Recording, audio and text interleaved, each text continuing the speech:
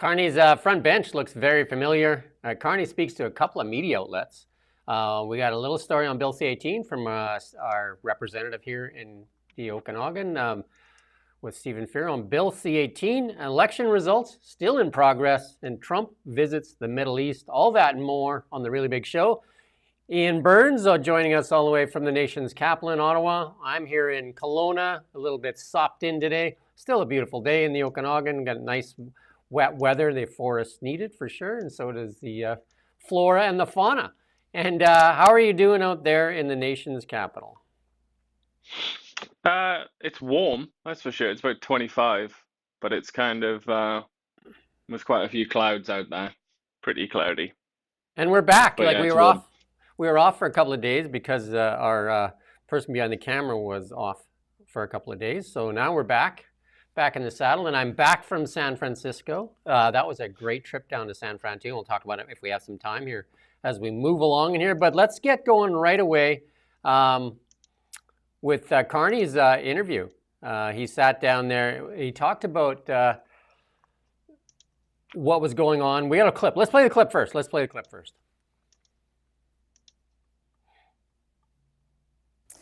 The King, your head of state, of course, has also invited Donald Trump on an unprecedented second state visit. Keir Starmer personally handed him the invitation in the Oval Office. All the while, he was threatening Canada's existence. What did Canadians make of that? I'll be frank, they weren't impressed by that gesture. It was at a time when we were being quite clear, some of us were being quite clear about the issues around sovereignty. I was not yet Prime Minister, but I was being clear on the campaign trail, and it cut across some of those messages. There you go. He did the interview with the BBC, and they asked him what they thought of Keir Starmer's invitation to Donald Trump. And then, of course, they did a deal, too. It wasn't actually the BBC, it was Sky News, which is owned by Comcast, which runs left-wing media outlets in the United States like MSNBC. And is pretty sort of left-wing as well, Sky News, or liberal anyway. Well, my immediate thought there, and that particular answer was, how do you know what Canadians thought about that? Yeah. I mean, how could he possibly know? I imagine he knows a few hundred Canadians in his social network, but that's not the whole country, is it? Which is a bit funny. But yeah, I mean, that's an interesting one.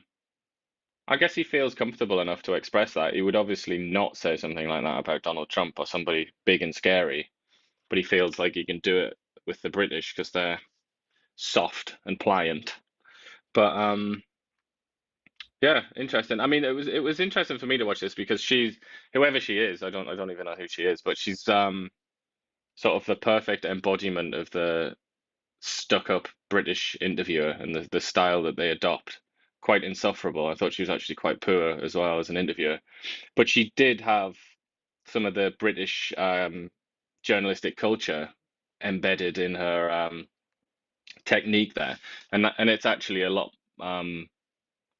less forgiving than the Canadian methods, because in Canada it's very deferent and polite and cutesy, and it's kind of like, actually, I think Canadian journalism in general, I think, is garbage, frankly. Sorry, Canadian journalists, if you're listening to that. I suppose I include myself in that now. But the British kind of, they press more and they attack more, and it's a bit more aggressive. And so it was interesting to see Carney subjected to that, though she was also pretty, like I say, she was quite poor, so she didn't actually have very many good questions to ask anyway, and I think he was a bit bored. But that the bit where she went on to the military, which we've got a clip of that, haven't we? Like, you would never see that in a Canadian interview. Let's play that clip here, and then we'll talk about it. We have confidence, full confidence in our defense relationship with the United States, as we do with all NATO partners. I've been trying to configure this field for an hour, but this CRM sucks. Got that. Yeah. Maybe it's time to stand. Rommel. Well, that was quite a transformation there by Carney, wasn't it? That was chucked in the middle of it. But she did say that Canada has a tiny military. So Is it not available now? Is that not finished You- yet? you- It's worth looking at. just see if you can get past the. So you're There you go. confident that if you needed them, they would support you. We're As they are confident that we would support them if they need us. okay with your tiny military It's and a not- lot of broken It's equipment. not that tiny. Now, we're talking a lot about defence, of course. There you go.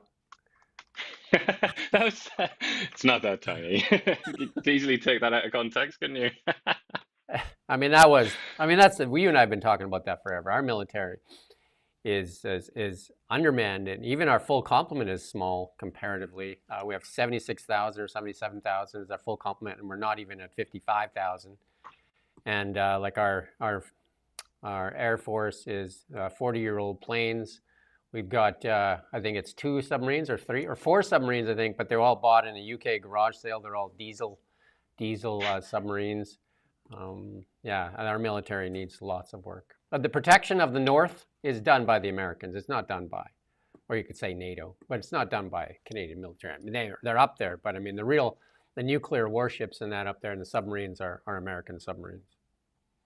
Yeah, it's done by the Americans for the Americans, while the Yeah, for Americans sure. tell us Yeah. that it's done for the Canadians, as if they care about Canada, when obviously they don't. They wouldn't give 2 hoots about Canada if it was in the middle of the Pacific Ocean or something like that. Yeah, if But it was anyway, a country located in the middle of Africa, it probably wouldn't be even considered. But supposedly I was supposed to say thank you for that, like typical American bollocks, frankly, and the usual sort of double standard and hypocrisy of the Americans that they've been famous for their entire history. But at one point, I would say that she's obviously British. She's working for a British company.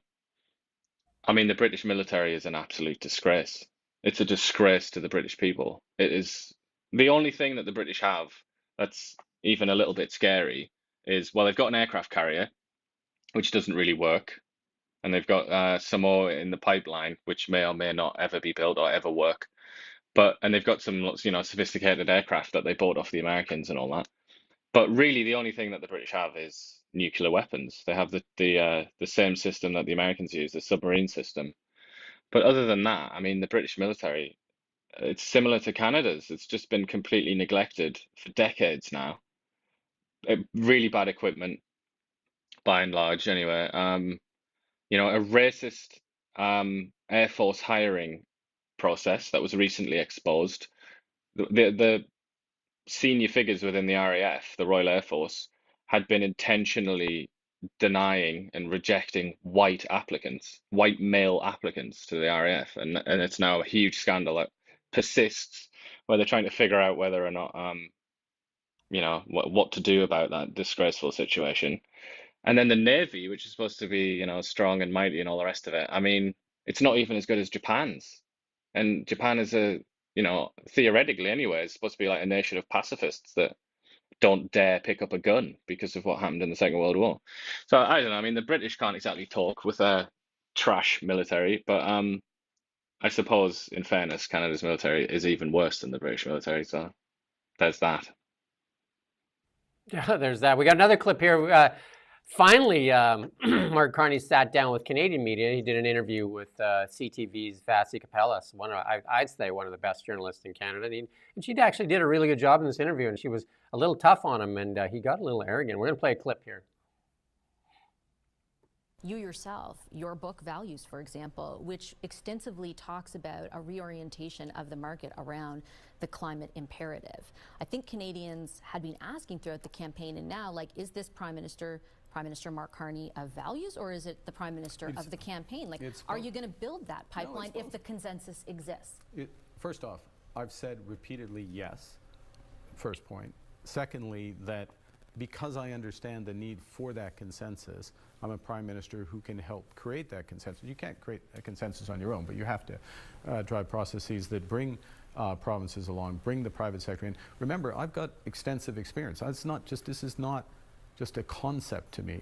I have been involved in major energy projects for over 3 decades in the private sector, so I've got that experience. Bringing the provinces, working with Indigenous partners, putting in place, as we have, billions of dollars of financing for those Indigenous partners, bringing in somebody like Tim Hodgson, who, when he was CEO of Hydro One, was one of the only major corporations to have a major Indigenous partnership program that actually worked. So we're bringing the components in, we have to deliver. Let me make another point, because I appreciate that you've read my book very carefully. At the core of the way I talk about the energy transition is the future of, including about Canada being an energy superpower, is the future is low risk. Canada's low risk is a business investment place. Low cost, we're getting the cost down, including the oil sands, the marginal production is low cost, and low carbon.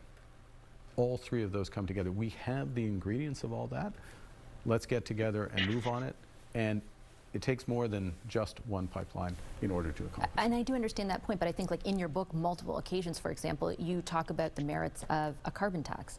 And now we have a different Prime Minister, Mark Carney, who says, the first thing I did in this very room was get rid of the carbon tax. Got rid of the consumer carbon tax, correct, which is different than the industrial side, but it's still a portion of the carbon tax scheme that existed in this country. How much of the resources did that how much of the emission reduction did that consumer carbon tax? 9%. Yeah, well, it's actually 6, but if you extrapolate it out to 2030, if it went it's 9. as far as it was supposed to go, it's not nothing. It's not nothing. It's not much. It's not much, and we can do much better with different approaches, including collaborative approaches, which is what I'm looking to do. So Canada endured that carbon tax that crippled our economy and put lots of people in dire straits for, in Mark Carney's words, not much. Yeah, it's not good. Is it not much? Generally, that attitude is not particularly great, is it? I think that's going to need some adjustment if he wants to have a long career in politics. I think somebody Because needs to press on that not much. Like, Canadians were screaming to end that carbon tax at the consumer pump there, that increased inflation and all that. And now we're told by this government that has the same actors in it that it was not much.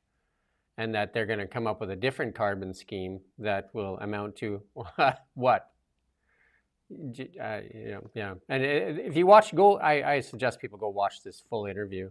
Vasi did press a lot sometimes, and especially on the cabinet. And we're going to talk about the cabinet here in a bit, and we'll save that. She did press, though, on that.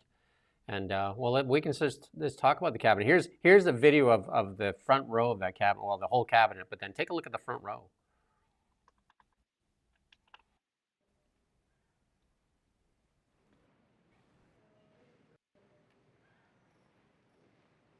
That's good. A lot of familiar faces. Yeah. And then Vasi pressed him on that. It's like, you campaigned on change, and that front row of this cabinet, all the, the important positions, they're the same people. Shuffled, albeit shuffled. And he defended that by saying, oh yeah, they're in different positions now. Sean Fraser was housing minister, which was, a bit of a train wreck when we were in a housing crisis. He was immigration minister. We're a bit of a, immigration disaster for healthcare and housing, and he's been shuffled. Melanie Joly is now been shuffled because she said the economy is the most important thing. Where were they 10 years ago on the economy as the most important thing? She's now in charge of that kind of stuff. Chrystia Freeland's still there, even though CTV had been putting out there that Chrystia Freeland was not in cabinet. She's the Minister of Transportation. Does not even own a car, and she's the Minister of Transportation. So. And is going to be responsible for possibly the costliest project in Canadian history with that high-speed rail line, despite having not really done the greatest job as finance minister. But I mean, let's be honest, it's not very nice, is it, to say this about people, but these are people that have control of our lives. So I guess that gives us a pass to say what we want. None of them are successful. They're not successful people. They're successful at getting jobs.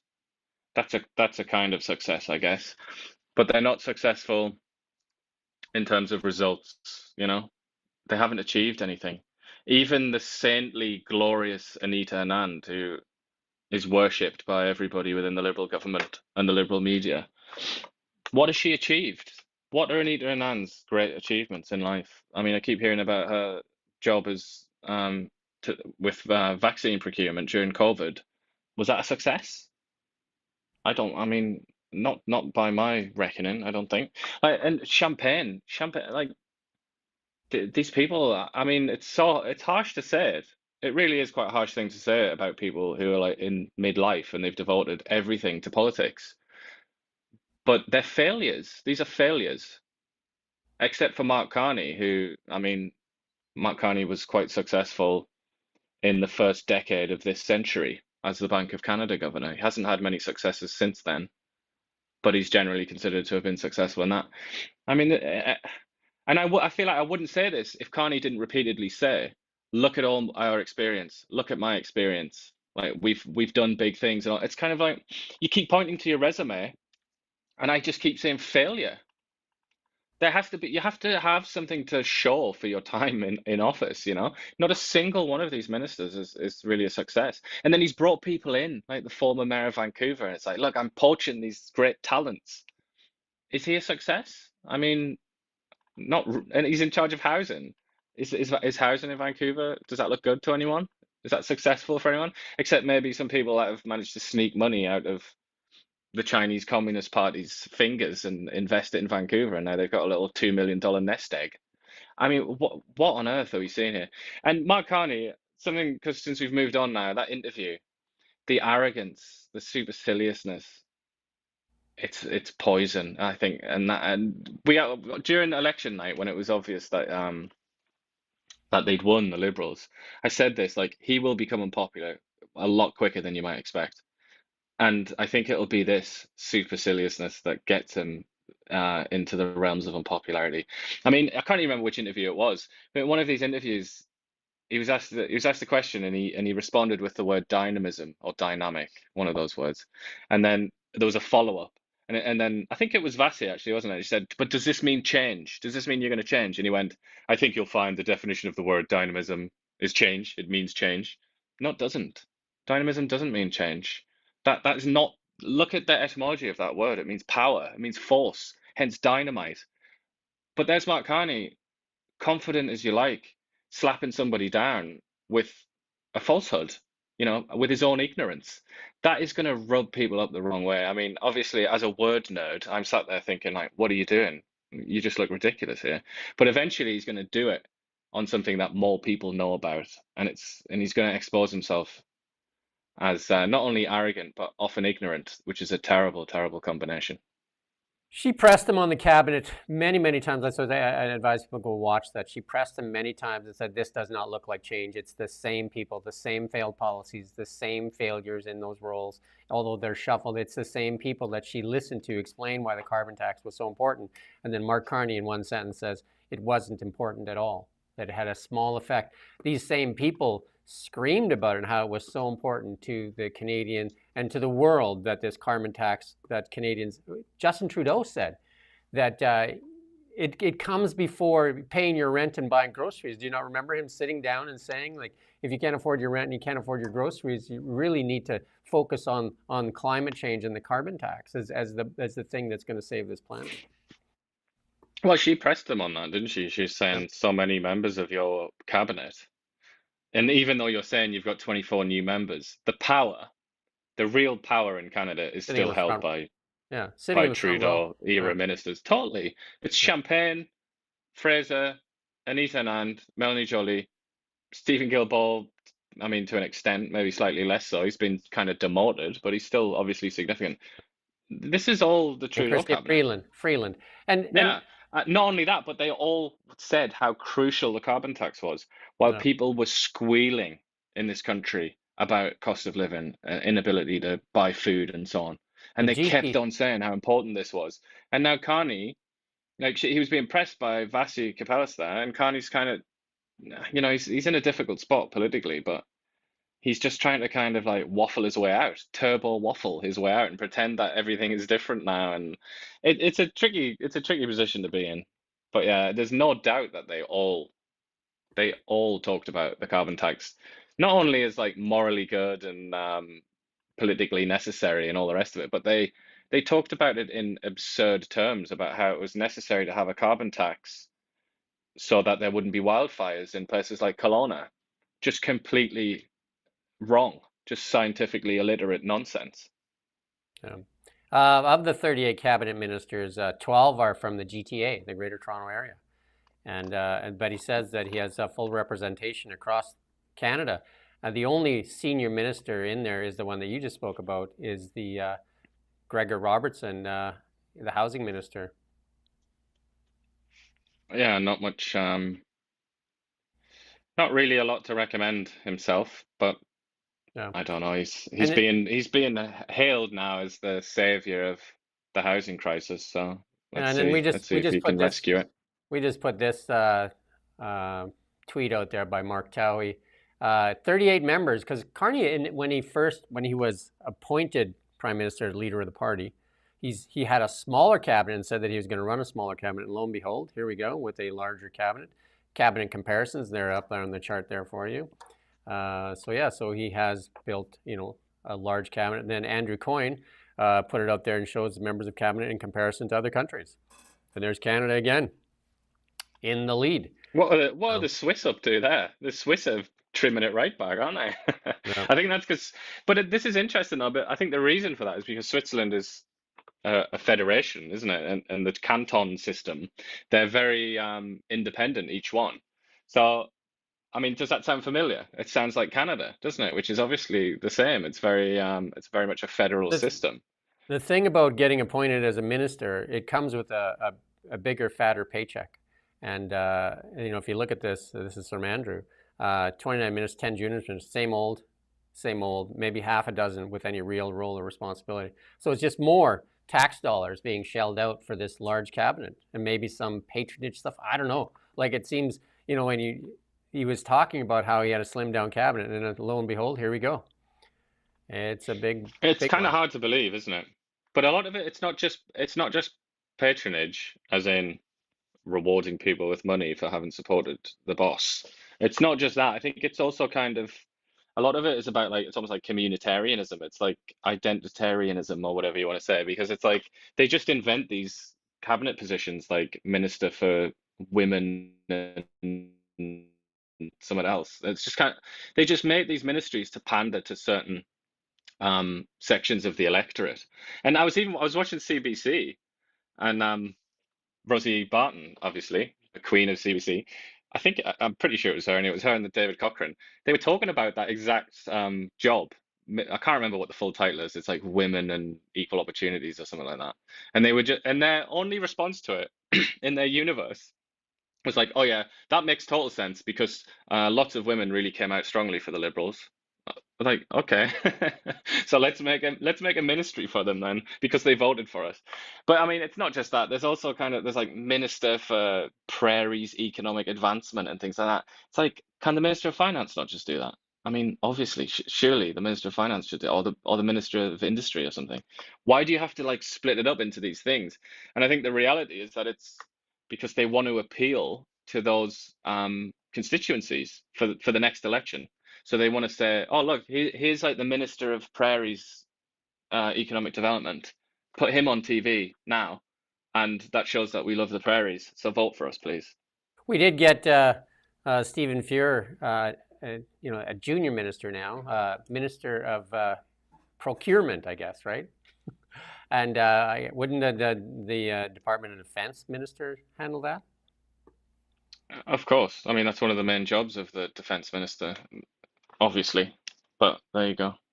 I mean, that because obviously Fuhr's from BC, and there's only a tiny handful of MPs in BC, or even like, west of Manitoba. So west of Ontario, really, not very many. So it's just an opportunity to get him in there. And I think as well, Fuhr like came out very early, didn't he, for Carney. I think he sort of his loyalty perhaps impressed Carney there, and he was really sort of passionately pro Carney. And we saw that with the Conservative Party with Tracy Gray, who's in the same seat.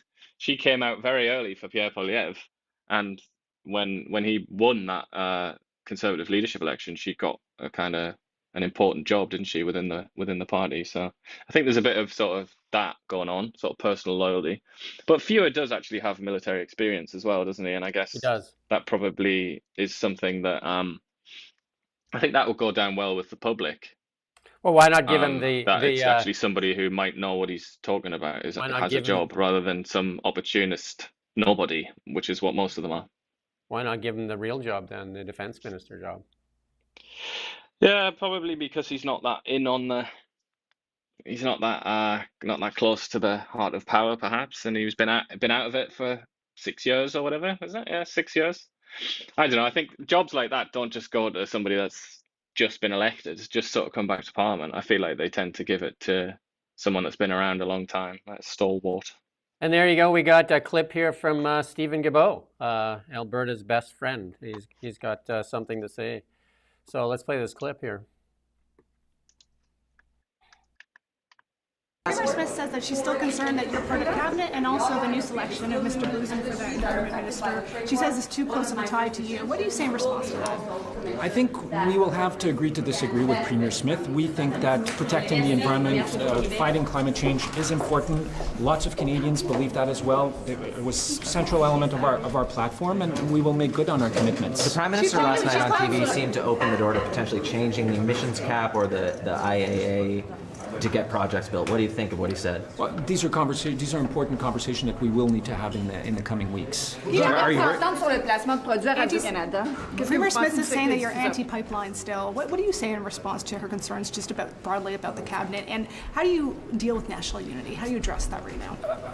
So on pipelines, people should remember that we bought a pipeline, Trans Mountain, and that is only used right now about 40% capacity.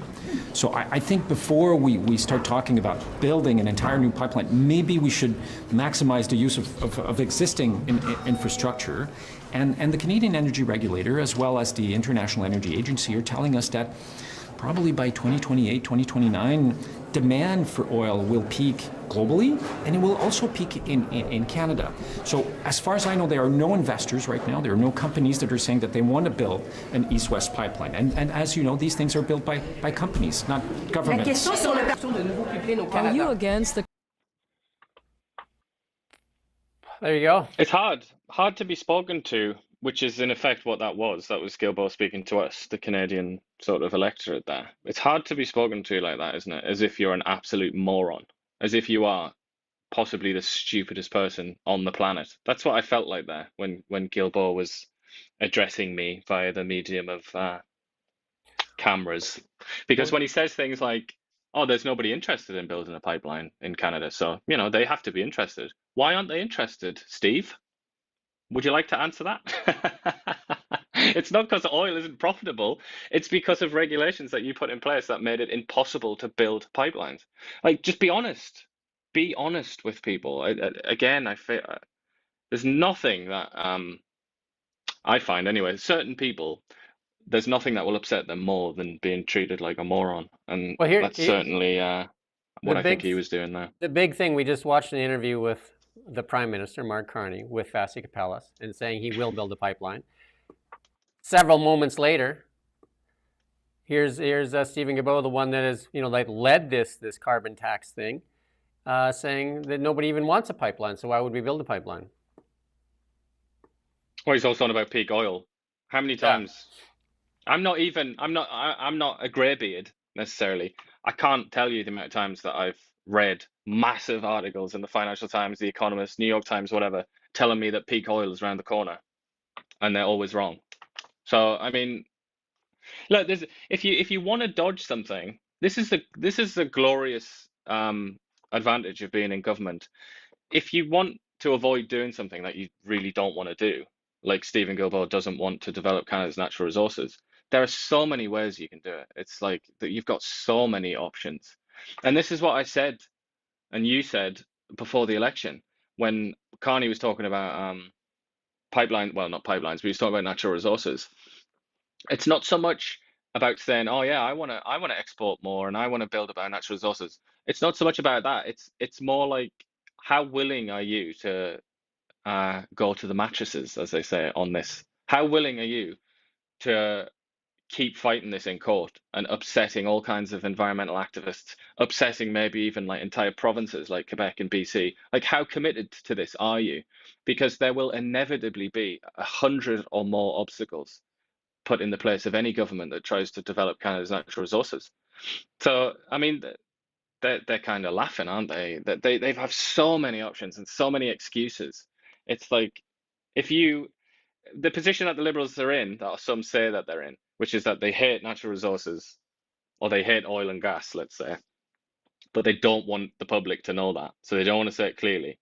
They're in an excellent position, aren't they? If that's true, if that's truly how they feel, because they can pretend to get stuff passed and say, "Look, we're trying," and then, Well, that's exactly but what you really said. not try hard enough, not Yeah, really do it, and that's then it looks like, oh well, thwarted again, darn court. What can I do? That's exactly what you said when we were talking about this, that they're likely just to give it the old college try. And whereas the other, when Paulette was talking, that was going to be their main focus. And this sounds like already there's a conflict there with what Carney's saying and what Stephen Guilbeault is saying on building a pipeline. And I'm sure Danielle Smith has just watched that comment and is definitely not happy with the comment that just came out of Stephen Guilbeault's mouth there. I mean, we're not even like a couple of days into this, so. Moving on though, Kelowna's MP representing our area here promises to raise the issue of the backfired Online News Act. We did this story. Stephen McNall did this story here, and he reached out to Fear. Congratulate him on his appointment, as well as being picked for a junior minister position. But he pressed him on this over and over and over again. You don't have that image there. Pressed him on this, on when he was going to bring this up, because he says that he stands by his comments that this is failed and is really hurting news outlets. And he said, I'll talk to him when I get a chance. And then Steve pressed him again. He said, well, as soon as I get to it. The story's on Kelowna now. It's well worth going reading this story. This should be a national level story that has everybody's attention. Media across Canada is suffering, dying, and also definitely because of that, subject to handouts from the government, and that keeps them kind of like on a leash with government, because there's one party supporting them, and we're going to show you this Holly Doan's Blackhawk story that the Winnipeg Free Press received about $2.8 million in taxpayer subsidies last year, and they were actually running campaign slogans, basically part of their own marketing, right? Like Canada Strong and all that stuff, and just like this shows you how bad this is for Canadian media. Yeah, well, again, we can give ourselves a pat on the back, really, because we noticed this ages ago. A long time ago, we noticed, and we said that this subsidies given to certain media outlets in Canada was quite obviously going to make them, reliant, and it was going to make them more favourable to the Liberal Party, just as with the CBC. And sure enough, you can find ample evidence of that being the case, can't you? Which is why it's it's a very poisonous feature to introduce into your democracy, I think, that the state will subsidize certain media outlets, and of course they'll scream as loudly as they can that it has nothing to do with coverage. Like, there's no quid pro quo, guys. We're just doing it for the love of journalism. They might say that, but I mean, inevitably, at the very least, it opens them up to that criticism. And I think in many cases, and Holly Doan has mentioned many, not just this one. She's on the ball with this, isn't she? In many cases, you see that the Liberals do kind of get rather favourable treatment, and the sad fact is, they probably would anyway, even without these subsidies, because by and large, journalists are some of the most liberal people you'll ever meet as a job, as a sector of the economy or whatever, as a set of employees, a set of workers. They must be some of the most liberal people in Canada, really. And it's also true in the US, where they're very liberal. It's like, this is something that's replicated across democracies. So they probably would have already been quite keen on Mark Carney and the Liberals, but when their livelihoods are also on the line, I mean, in a way, it's like, can you blame them? I know they're kind of sacrificing their principles, but it's a tough time. Yeah. Everybody is looking over their shoulder a bit, aren't they? So it's a sad place that the media's been put in, and where they have to kind of basically cheerlead one party, because the funding will get cut off, because Bill C-18 has choked off half the traffic on all the outlets, including CBC, because people go to social media for news, and the news outlets, including CBC and including us, can't put our news on there. We've lost half our traffic, more than half our revenue, and we're not compensated like the rest of them are. We don't get the funding. You know, credit to Stephen Fury, he has written a letter to the Liberal government and saying that that's unfair, and that that Kelowna Now should be also considered. But we just need Bill C-18 repealed. We need to get back the audience that we earned, and funding for media should not be taking place by the government. And it was supposed to be a temporary measure. We'll see how long temporary is. I mean, the CBC is a different thing. CBC is a public broadcaster, and I guess is entitled to funds as a public broadcaster, but then they're not supposed to be competing with the other broadcasters out there or news outlets too for advertising. They've crossed that line as well. So they're kind of like taking from all over the place. And CBC should not be subjected to one party winning. If they're going to continue with the CBC funding, it should be outside of political or partisan politics. Totally. And I think, you know, if you want to talk about like political strategy and all that kind of thing, I think Pierre Poilievre's decision to attack CBC and promise to abolish the English language version of CBC was like a gigantic mistake, a total, like, colossal error, a real, just pointless, really. I suppose he did it to like motivate his base or whatever, but the base already loved him. He didn't have to do that. And he just kind of like, he just offered his neck to the axe, really, didn't he? There was just no point in doing that. It's kind of crazy. In Canada, there is no yin and yang of national media, really, like that has big voice. Like there's CTV, CBC, and Global, and a national brand, and they're all very similar. Like CTV and CBC basically can put their tweets next to each other, and they're going to be the same thing on every given day. Again, Vasi Kapelis is one of the best journalists out there, and is more unbiased than I've seen in most CBC. Like Rosemary Barton, you cannot say she's unbiased, and not a spreader she would say and that. a spreader of misinformation and disinformation. She's the queen of misinformation and disinformation. At least Vasi Kapelis comes to work and tries to do an honest day's work. I think she should have Rosemary Barton's job, if anybody should have that job. Well, probably not from the perspective of CBC executives, because she'd be singing from the wrong hymn sheet, wouldn't she? Yeah. This is a Holly Dome Black Luck story. Borrowers lack self-control, and this is from the Bank of Canada. It says a third of payday borrowers have self-control issues, you know, like they want to eat and stuff like that, I guess, right? So a third of high-cost borrowers suffer from self-control issues, are willing to borrow at high interest rates during bad times. Well, maybe they want to eat something. Do you know what I mean? Like they talk about it, that's their problem. Yeah. And so they've... It's terrible language, isn't it? Households that suffer from temptation. What? So conclusions are, they analyzed 100 million payday loans and transactions, and there you go. And they're just saying that these people are subjected to... Yeah. It's absolutely kind of like ridiculous that, you know, this carbon tax put a lot of people in a really bad spot. And now you're being told, again, we go back full circle to the carbon tax, that it really had no effect, or an effect that's not worthwhile doing it.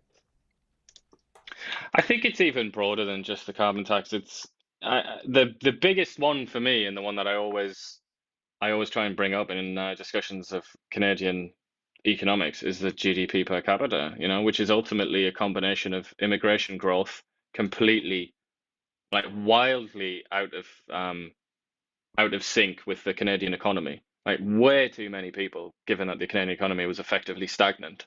So that was always going to shrink GDP per capita. But then also questions about investment and productivity and so on, and the inability of the Canadian economy to get into gear, it seems, for numerous reasons. But I think that's the big deal. The big deal is, I mean, obviously inflation's sky high, and just people aren't really been paid very well to start with. But then they're not being given pay rises either. So it's kind of, obviously they're kind of falling down the ladder, aren't they? With each quarter of the year, each inflation report, they're falling down the ladder. And I don't know. I mean, the payday loan thing. So I mean, it's very silly to do that. Obviously, if you just want to buy like a PlayStation or something like that. But I feel like, based on some of the stories I've read and some of the bigger sort of like statistical information that we have, I think you were right. Actually, a lot of people are doing this for much more ordinary things like groceries, which is Well, just like insane, isn't it? people are maxing out their credit cards to buy groceries. And this is what I'm saying. Like they've ignored this, and just like this consumer carbon tax has crippled many Canadians' ability to meet their monthly obligations. And this election is not over. There's 3 more recounts to go. We continue to, and then some of these are being settled by like one vote. They flipped one block seat back to the Liberals. Maybe that's one reason why Mark Carney says that he's not willing to look at either talking somebody into crossover or like forming any alliance, because he believes maybe he's going to get those 3 seats. That one is so strange. That's Terrebonne, isn't it, Yeah. in near Montreal? That is such a bizarre one because somebody's come out. I don't know if you've seen that story. Somebody's come out and said that they sent off of their ballot, and then Elections Canada made a mistake and ended up returning it to them. So that's one vote. I Yeah. can't remember. I assume that person voted for the bloc. I can't even remember, but still, that's a vote, isn't it? And it was an election won by one vote. And And there's now they say somebody they may have saying, a. look, Elections Canada rejected this ballot. Like the election is therefore null, surely. So I They think might have. that one's not finished yet. That I don't think that's finished yet. We're They're going to hear talking more about about running, that one. even doing a by-election for that one to run off if they're tied. No, I mean, I almost feel like that they should just do that anyway, because there was something like 800 or 900 rejected ballots. No. It doesn't stand up to the sort of levels of probity that we expect in a proper functioning democracy. That I think they should call a by-election. Yeah, I mean it's because people are going to lose faith. People are already losing faith in democracy. This is going to have a catastrophic effect. But also, what you were saying about Carney not reaching or he says he's not trying to reach across the aisle to headhunt NDP MPs or whatever. But like the NDP says that he is. They're saying that he's making phone calls. So I mean, who do you believe? It seems to me that he is doing that, but he just doesn't want to. He doesn't want to announce it to the world. Yeah, and so then no more blue wall, red wall, electoral reform. And I'll let you talk about this one.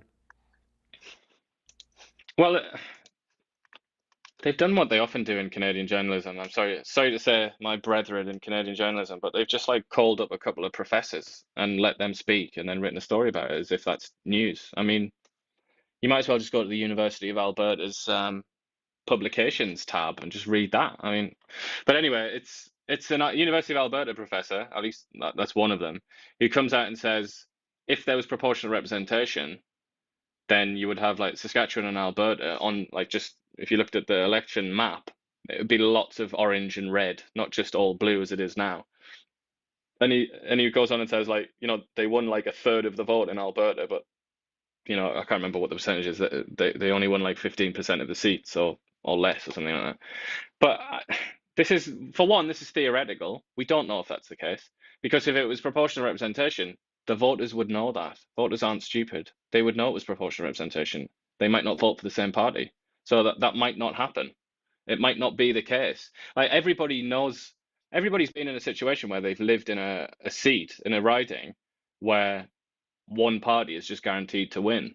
So that kind of changes your perspective, doesn't it? You don't necessarily like sometimes you vote for a party you wouldn't usually vote for, on like a protest party or something. That wouldn't be the case in proportional representation. So it's purely theoretical anyway. So it's ridiculous that they've said this. But then also it's like it's abuse of first past the post, isn't it? That's such an unloved system, first past the post. But take a look at countries that have proportional representation, like Germany.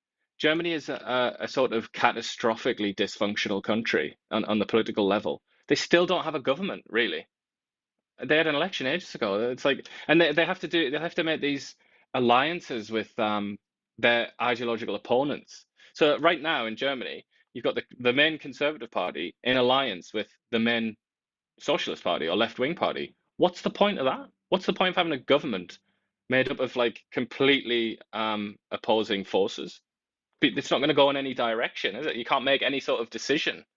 So obviously, first past the post has its advantages, and sometimes I feel like in this story is another example where they don't list the advantages of first past the post. So it's just basically all about how great PR is. We got lots But to get that's to, not so necessarily true.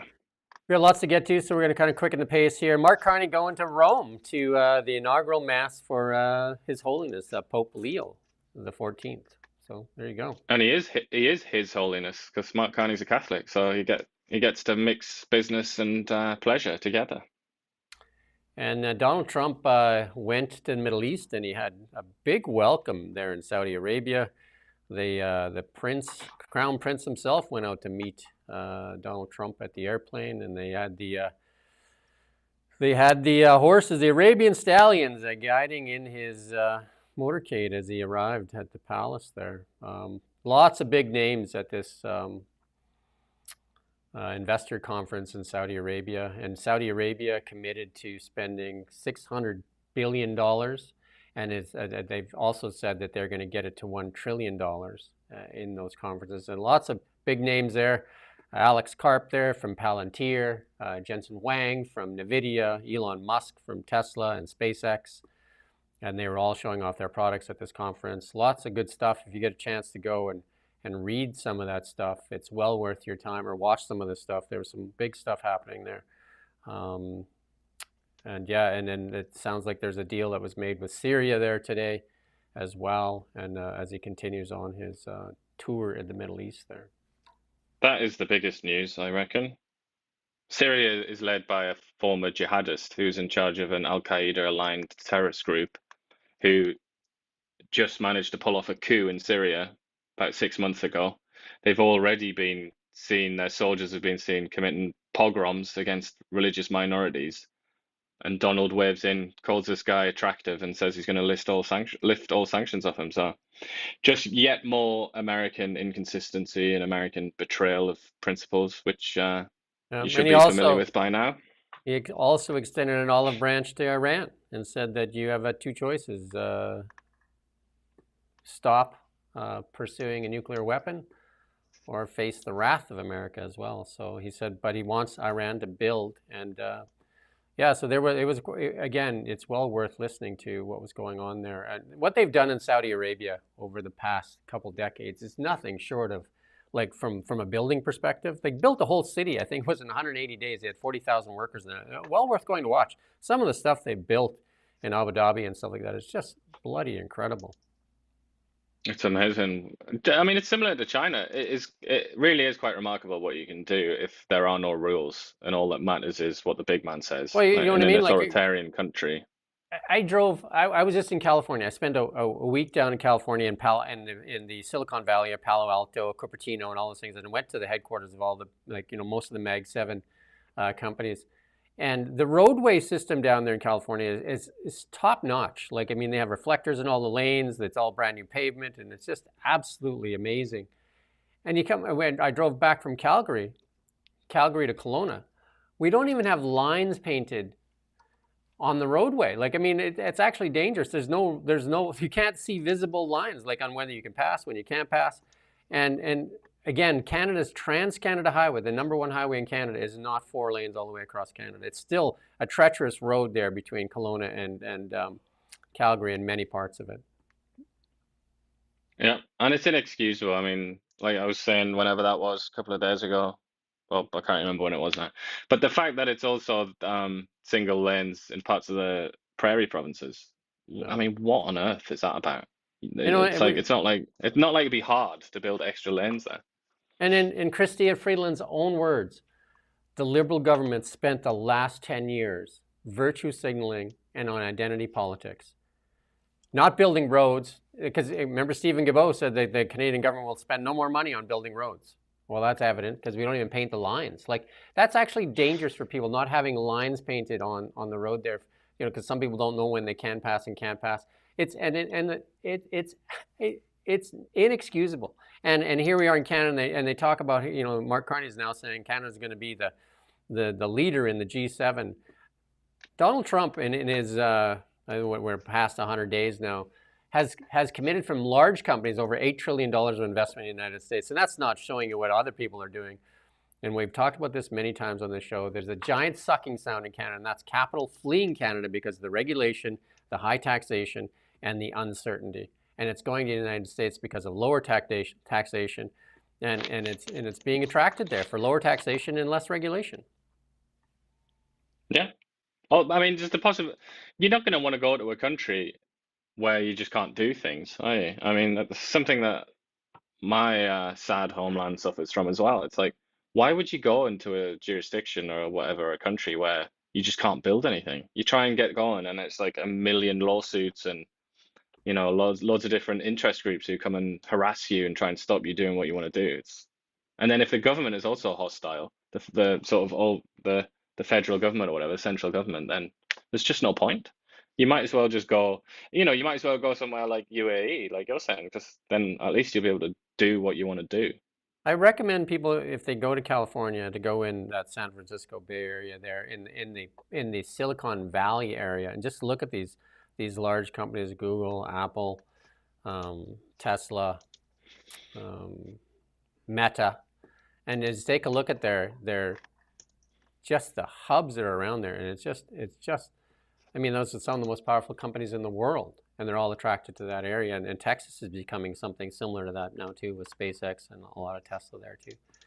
You need to attract powerful industry that give out really good jobs, and that's not happening here in Canada right now. And also, it's important to stress like the extent to which we are actually at the mercy of international capital, if I can put it in that sort of sinister way. We really are at the mercy of these businesses and these people that have the magnates around the world. Like, if they decide not to build their factories or whatever, or bring their money to the Canadian economy, then they will just take it somewhere else. And that really is like a zero-sum game. We lose and the other person gains. I think the government and some of these ministers, including the BC government, need to prioritize as opposed to just knee-jerk reaction to in a group, and a special interest group that starts screaming, and then they spend all their energy there instead of doing what's needed. Because British Columbia is really suffering from lack of investment and projects here, and our credit rating has already been hit. So there you go. Employed Canadian job seekers' biggest fears: not getting a raise, slowdown in work because of the economy, change in team structure, company reducing due to economic climate, and losing their job. And there you go. And we got a fan there, yeah. What's that? I'm saying they're not happy. The work is. No. There you go. And we got a fan on our YouTube. They love us. They said that we have great content, and we don't know how they pay the bills. We have so much money and don't know how to pay the bills. Nice. You can't say anything nice, then move along there. Sonny. Well, you know what that means. Obviously, you know what that means. I disagree with some of the things that you've been saying. Therefore, I'm going to launch a dumb ad hominem attack and hope that people are stupid enough to not see that. There you go. Unfortunately for you, I'm not that stupid, whoever you are. Porter Airlines adding flights here to Kelowna. There you go, and they're going to have some direct flights to Toronto. They're going to actually do that water gun salute there as they land for the first time on Wednesday here in Kelowna. But let's move on to markets. So, stock market, it's been up there for a little while, ever since the China trade thing, just complete reversal of the stock market, right? And some of the Mag 7 stuff has just exploded to the upside. And right now the market is, like I said, it's just chopping around here. But big change ever since the China pause on tariffs, right? When the whole world was ending, and all of a sudden the world is not ending. And we may be on the cusp of a big boom. And we're seeing that in gold as well. Gold is off. And again, once the market goes up, gold will suffer as it's a safe haven asset. And gold is kind of like off there. You can see that double top there almost, right? So it's not looking great for gold right now because money is pouring into the stock market again. And Bitcoin, look at Bitcoin. We talked about Bitcoin back when it was in the just starting to climb out of that 80,000 range. And we said it looks like it's going to go challenge its old highs. And there it is, banging on the door. Banging on the door. It's up over 100,000 right now. And it's 103. Basically, right now at this moment, 103,544. Right, and when I pulled this chart. Canadian dollar. Sadly, I think the more talk when you get Stephen Guilbeault and them starting to talk, and more separatist talk from which is going to come out of what Stephen Guilbeault says out of Alberta, you're going to see more and more weakness in the Canadian dollar because it needed somebody to say that resources, our greatest asset. We've said this a million times on this program. It's our greatest asset is our resources, our oil and gas, our LNG, and all that stuff. And it doesn't sound like that's where we're moving towards. So there you go. And then it looks like Justin Trudeau's government there was when they were trying to push the crickets. That doesn't look like that's going so well too. The Liberals pledged about $8.5 million to build some cricket food, and nobody wants it. So there you go. Who would have thought that, eh? Who could possibly have predicted that would happen? Yeah, and then we just got an image here of the big motorcade coming in. They actually had jets escorting in Air Force One and all that stuff. It was a big pomp and ceremony there for it. But executives from BlackRock, Palantir, Blackstone, Citigroup, Qualcomm, IBM, Tesla, all kinds of companies were there. NVIDIA, and they're all doing deals as well. Sounds like Tesla did a big deal for Cybertrucks there too as well. And also robotaxi is going to be available in Saudi Arabia as well. Right now, this massive meeting has been applauded by people that define themselves by despising Davos, which is just the same thing, basically. Of course, it's all right when Trump does it, though. Of course, it is. There you go, and then there you go, and then a big deal signed today from Boeing. Boeing actually not doing so well in the news for a long time, but Boeing up this morning because of this deal when Qatar just signed an agreement to purchase 160 airplanes. That's a big deal. That's a huge deal for Boeing. Boeing has been in the news for all the wrong reasons for a long time here. I mean, it's kind of very strange, isn't it? I'm guessing that Trump pushed that or something like that, because Boeing isn't a very good it's not a very good company, is it, frankly? If you've got a choice, if you were in procurement, if you were Stephen Fewer or something like that, would you buy Boeing or would you buy Airbus? I mean, I don't think I wouldn't have to think for more than a fraction of a second. Airbus is vastly superior to Boeing. I don't know why anybody buys Boeing. We got an image. We got a little video to play. We're in our tech section now, and we got lots in the tech section here. We're catching up, but check this out.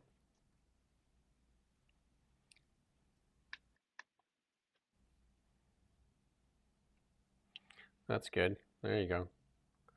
So that's Optimus doing the funky dance, and then he looks like he's connected there, or he had a safety thing on. But there's a lot of other videos out there that have him completely untethered, and that's in real time. That is not sped up. So Optimus is definitely very mobile. Even the front, there's a bunch of video out there too that shows the dexterity of his foot. The toes are moving, everything, and Optimus is a real deal, and it's reflecting in Tesla stock. Tesla up huge again this morning. It's been up the past few days. I think it's climbed up from the, like the low 200s, and it's well over, banging on the door of the 350 mark right now. So there you go. And then we got another clip here to show you. This is kind of cool. And this is another one of Elon Musk's company, the Boring Company. And I've been in the tunnel in Las Vegas. We're going to play this clip here, though.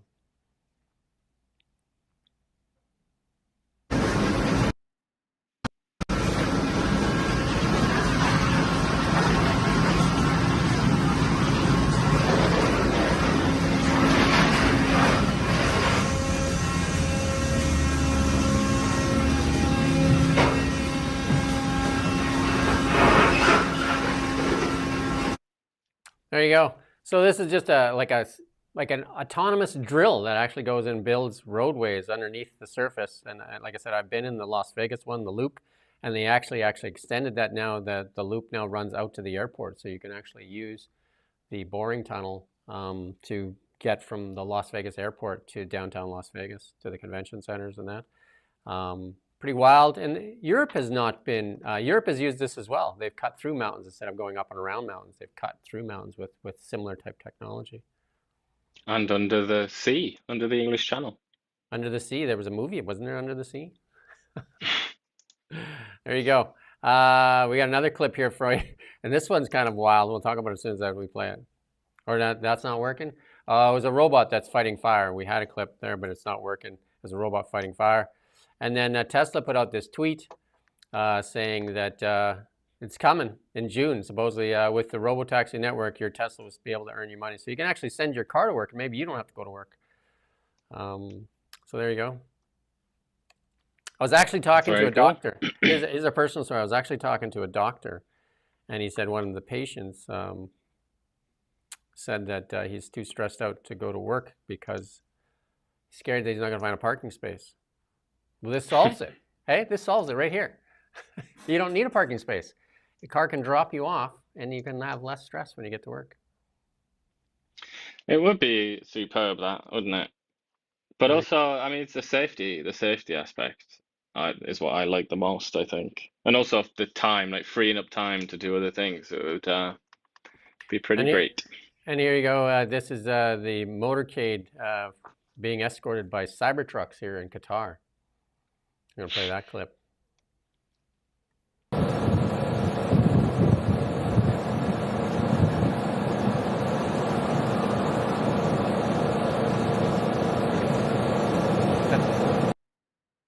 There you go. There's lots of talk about a lot of police forces around the world and military things advancing the use of Cybertrucks very safe.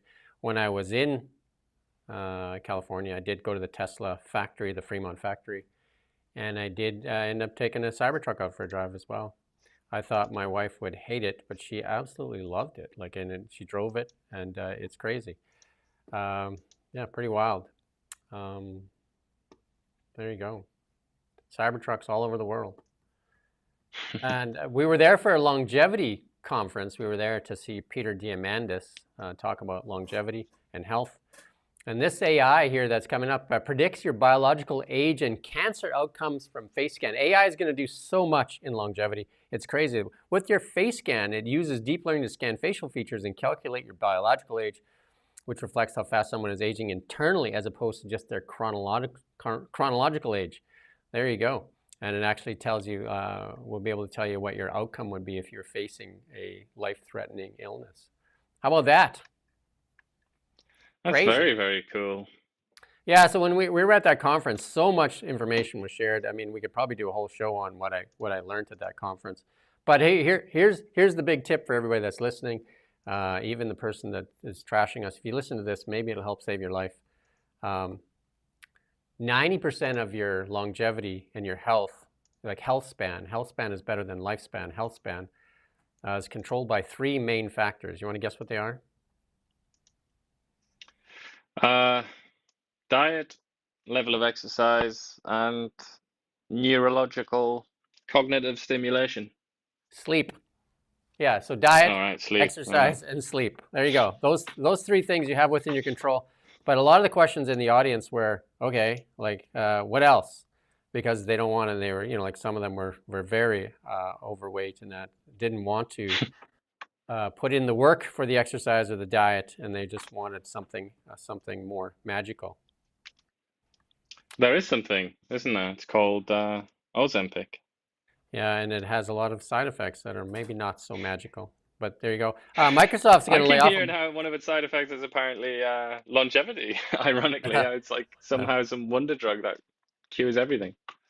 Microsoft's going to lay off 7,000 employees as it focuses on AI development. There you go. NVIDIA is going to supply about 18,000 AI chips to Saudi Arabia. They made a deal where they were there. And here's one that's just blows me away. Canada appoints its first Minister of Artificial Intelligence. We got our first one, and it's a former CBC employee that was fired for his art dealings with Mark Carney. And now Evan Solomon is now the Minister of Artificial Intelligence and Digital Innovation.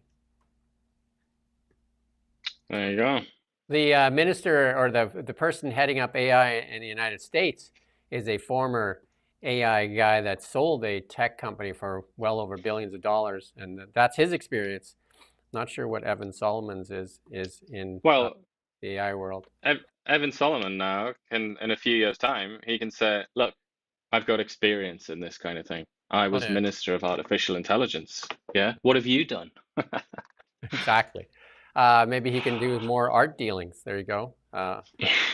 And he also worked for Eurasia Group, where Mark Carney's wife works, and also Gerald Butts is the vice president that you raise your Wow, grade. those are some really, really strange coincidences, aren't they? Great connections get you great jobs, eh? Yep. And another failure for the automotive industry in Ontario. We're going to play a little clip here for you. The reality is today, Honda is stopping production. Like this is all halted. I don't know if you got the memo, but look, it was Ontarians, Ontario taxpayers that invested $2.5 billion into this EV project so we could create good jobs in the sector. Honda promised 1,000 more jobs for people in Alliston. Ontarians also invested in Brampton, in Windsor, in Oakville, where production has also stalled and put jobs at risk. The Premier likes to talk about attracting investment to Ontario with tax breaks and subsidies, but when those companies break their promise to workers and to communities, he just throws up his hands in the air. The Premier allowed the market to dry up with his reckless decisions. Back to the Premier, if you won't bring... There you go. The EV industry, and I don't understand why they give billions of dollars to $15 billion EV investment there, and to companies that don't build EVs. Like they've ostracized Tesla, the really only EV maker in the world other than the Chinese EV makers.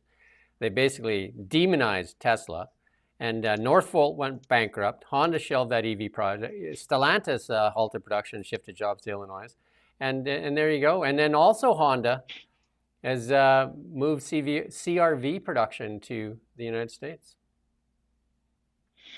Yeah, I mean, how many times have we had this sort of conversation? Anybody in the news industry, how many times has this conversation been had?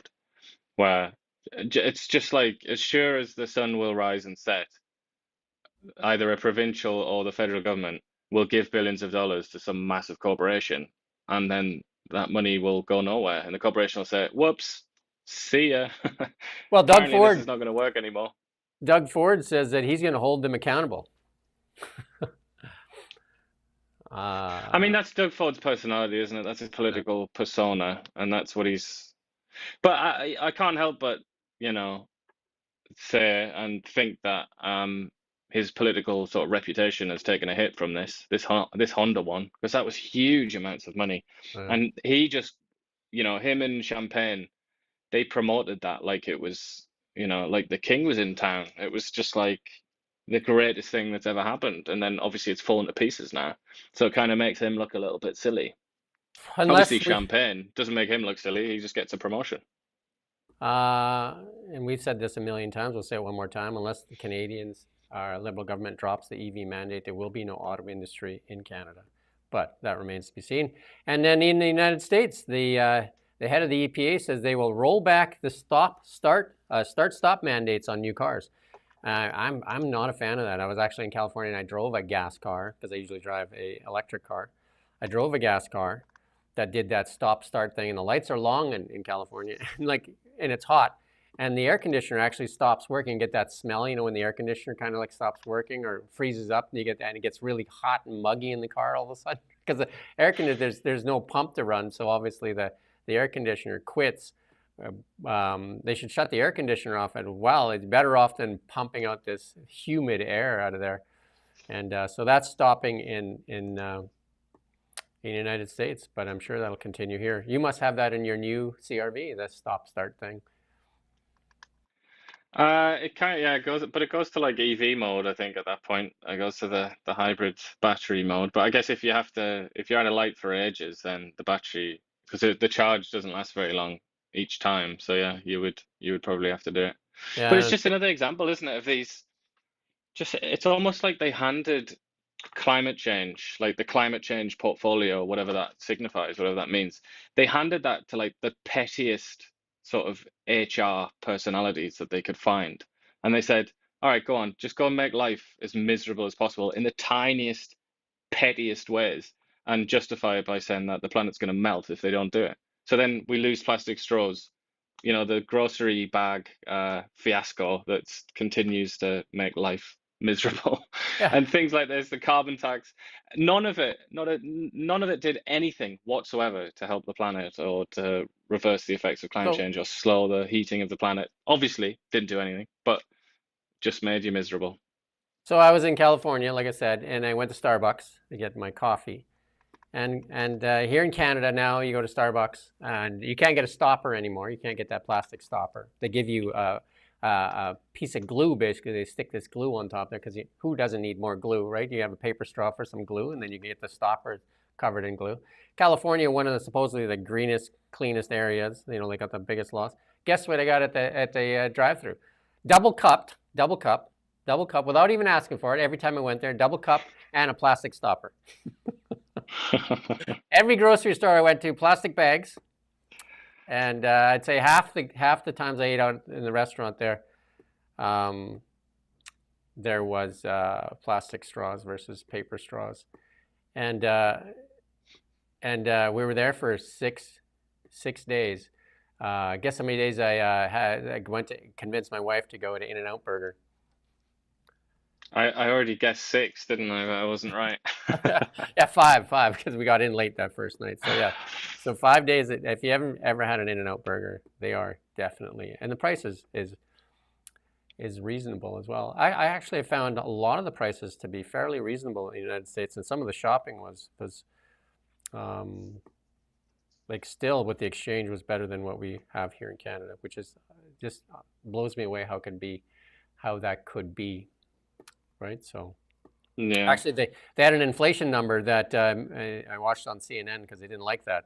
The inflation number was the lowest it's been in, I think I can't remember now, 5 years or something like that. And they're just like, this is defying all the economists. And here it is. You ready for it? The inflation was likely affected by the price of gasoline, which is now under $2 a gallon in the United States. Energy is the main input in almost everything we do. And lo and behold, if the energy prices go down, guess what else goes down with it?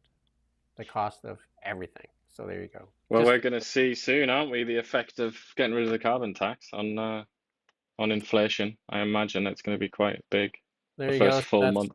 Yeah. So there you go. And then we got a couple of memes here to show you because Trump was given a Boeing, a 747 by the. And now they're saying he accepts. This is one where he gets a Star-class destroyer from the Emperor of Palatine. Who doesn't need one of those, eh? And then Trump definitely does. And this one is one that is definitely in the news a lot right now. Jake Tapper. This is a good one because they put out his book, right? He co-wrote a book. And Jake Tapper uncovers startling evidence that Biden's decline was covered up by none other than Jake Tapper. There's so many revelations in that book that they were actually considering putting Joe Biden in a wheelchair, and that he was incoherent in many meetings, staring out blankly, and that the reason that George Clooney wrote that letter, saying that he needs to step down. Is because he didn't even recognize George Clooney and that was his friend. Didn't even recognize him at the event, and obviously Barack Obama put Clooney up to it as well. He was in a terrible state, and obviously still is in a terrible state, isn't he? But he does have moments of lucidity. A lot of the media is obviously you can't govern when you're in that state, can you? A lot of the media trying to cover its ass now by saying, we were trying to find out. That's what Jake Tapper's saying. Like, if you go watch, they actually Fox played a clip of Jake Tapper defending Joe Biden on numerous times, and even getting super angry about it. So that's the thing. They made it like it was kind of like a faux pas, didn't it? It was like a rude. Yeah. It was like, oh dear me, you're so low class. You're talking about his cognitive ability. As usual, it's the usual thing. They did it with COVID as well. They did it as a threat to democracy, and that's a famous word you heard from the Trudeau Liberals all the time too. Everything that they didn't like was a threat to democracy. Don't attack that institution because they raised interest rates 19-fold. That's a threat to our democracy and our institutions. You know what's a threat to our democracy and our institutions? Bill C-18. There you go. We don't want to talk about that, though, do we? We don't That's like the talking about that. that's the real threat. How's that, right? Yeah, I would say one of the biggest threats to democracy as well is just good old-fashioned incompetence. Yeah. If you're the people in charge of your country are incompetent year after year after year after year, and they keep failing again and again and again, but they stay there, they hang around, and then they fail some more. Eventually, people are going to say, like, what is the point of democracy then? If this is what it gets me, just like Or poverty and failure. the Liberal Party's their campaign slogan could be "Fail upward." Yeah, that's certainly true for the likes of Champagne. I feel like he is a very amusing fellow. I would say And this, also Anita Anand, because of her like huge reputation. I find Steve, that quite amusing. Stephen Guilbeault and Chrystia Freeland definitely would be campaigning for front row honors in that as well.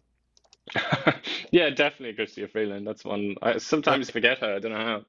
Yeah, But Guilbeault can excuse himself and be excused because he's an ideologue.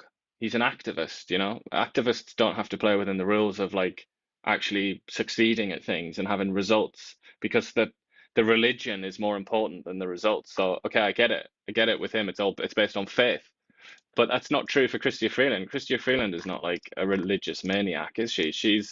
She presented herself as like the numbers woman. It's like, oh yeah, I'll fix this. I know what I'm doing. I used to work for the Financial Times. Thank you very much. I know what I'm doing. Yeah, I would suggest people keep their eye on trade relations. If a bunch of deals get done, and it looks like they are going to get done, and with what's going on with AI and Optimus and stuff like that, the stock market could be in for a rally that is beyond comprehension. But what do I know? I just hope Canada's invited to the party. I think Canada uninvited itself from the party. Uninvited itself. I mean, Vasi Kapel asked some questions about Trump too, and say like, do you trust him and stuff like that? And he's really couching his answers there now because I think he overplayed that hand. And I think, in that interview, if you watch that full interview, I think the meme that comes to mind for me is that's the moment that Canada found out it'd been had. Yeah, or maybe the beginning of the end of the easy ride that some would say Carney has had, in that he's been treated with a lot of deference and not really scrutinized in quite the way that he maybe should have been in a democracy. Yeah. So I think it might be the beginning of the end of this idea that he can do no wrong and he's some kind of superhero, because he didn't really seem to know what he was talking about from my perspective there. There's a lot of turbo waffle. Yeah, it sounds to me like it's the same policy. It's the same people, and I've said this over and over again. It's the same people, the same policies, and maybe with a little dancing to win the election. And then, it's going to end up being this carbon credit thing and carbon taxes. And I can tell you right now, people with large sums of money will not be investing here in Canada, sadly. Well, if that's the case, Carney's not going to be around very long, because the whole, the Canadian people giving the Liberals another go after a pretty poor 10 years, I think it was predicated on the idea that Mark Carney was some kind of economic genius who was going to fix everything, and we're going to notice things. We're going to notice improvements in our lives. So if he doesn't deliver, then what is he? He's just a guy that dissembles in interviews when he's asked specific questions by journalists, and is a little bit arrogant, sort of supercilious. That's not going to keep him in power. He doesn't have any sort of like gravitas or any sort of like character that appeals to people. It's all based on the idea that he's going to make them better off. The Canadian government, and especially Chrystia Freeland, ostracized Tesla and said Tesla was like the evil empire and needed to be destroyed, and we need to right now to buy a Tesla in Canada, it is I think about $20,000 to $25,000 more because of the tariffs, and these are the same people that want you to buy an EV, and the only EV worth really buying at this moment, other than Chinese EVs, is a Tesla. And the only one that makes money at selling EVs is Tesla, because Ford and GM aren't making money selling their EVs. And well, no, really, are the Chinese, because they fiddle with them so much, and they subsidize them to such a crazy extent, don't they? So they've demonized Elon Musk to the point where again, they're pushing forward this Telesat that doesn't have satellites, and here we have, they don't want Starlink, which they made a deal so they can get internet. You can get at 5 minutes out of the box. You can have internet anywhere in the world. Doesn't matter if you're in a remote spot in Ontario or the Arctic, for that matter. You can get internet, and they've taken that away. So they've denied Canadians all that technology. And if Optimus comes out and all of a sudden raises the per capita GDP in the United States and any other country that is using those robots, and Canada doesn't even have access to that, Canada's just going to get poorer and poorer and poorer as far as technology goes. And it's just ridiculous. Hopefully Mark Carney has the brains to fix and mend those relationships with some of the biggest tech companies in the world. Like, look with Facebook. Meta is one of the largest corporations in the world. And we picked a fight with Meta that we're losing. Meta's stock price is through the roof. And the Canadian media, the public ones, are in the toilet. So I don't understand. And they're not talking about it because they're being subsidized by the government. Yeah. And then, Freeland, Christina here said that Freeland said we needed nukes to protect ourselves from the U.S.